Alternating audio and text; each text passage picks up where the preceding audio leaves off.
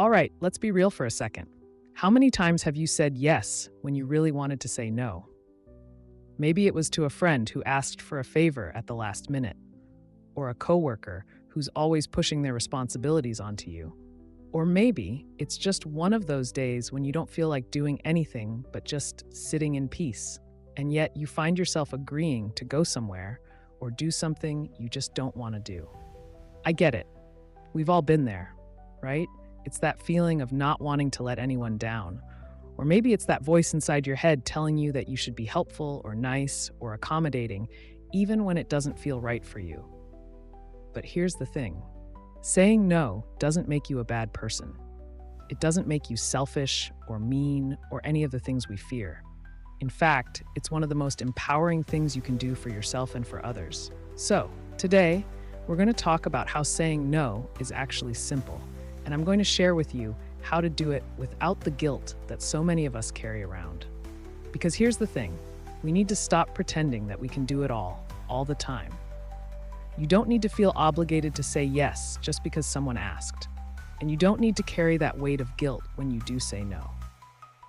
Trust me, I know it's not always easy.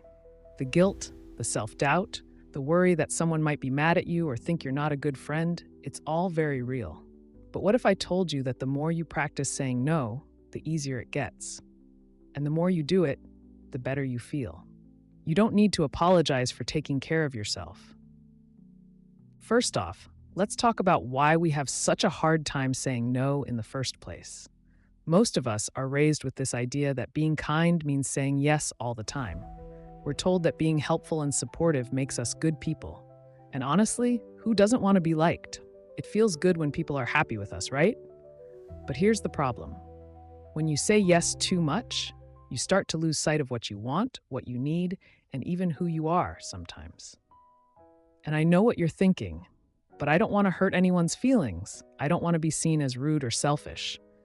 Here's the thing though, you're allowed to have boundaries. You're allowed to say no, and that doesn't make you a bad person at all.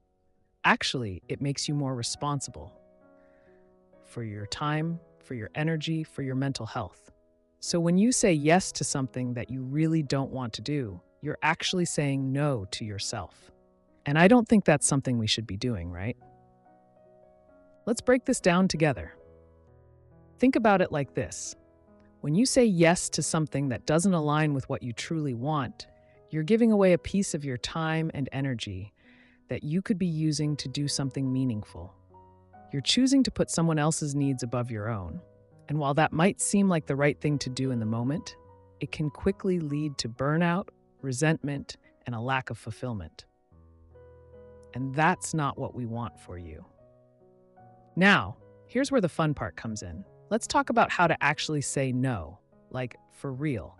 No more beating around the bush, no more making up excuses or saying maybe when you really mean no.